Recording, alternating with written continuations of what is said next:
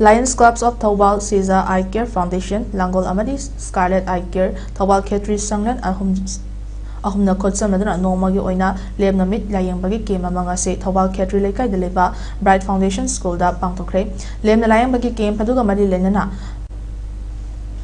Marilena Bawaro Pidana Lions Club of Thawalgi past president retired CMO Dr. Khetrabayu Manglemna Hai Lions Club International ase income jalesing amaga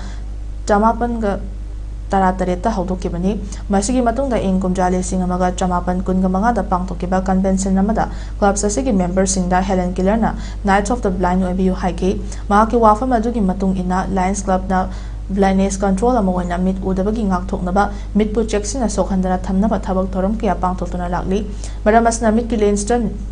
nung changdana mit uraktaba amadi angangsingda mit ubagi pangkal swantharakpa sing screening tawbagi thabak asi chathabani miyo yangkai hena screening tawkiba scheme paduda kan cataract operation mathau taba singi damakta lemna operation pangthokpagi khudong chaba pigani haina su Dr. Khetrabayu Manglemna phongdorke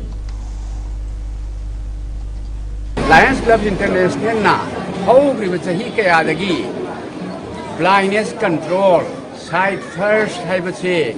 yamna chawba thogdang amani akoina community service ta mit udaba ngakthoknaba adudagi yengba yaba upai sizinatna mitse ithina thamnabagi thorang silokpa lai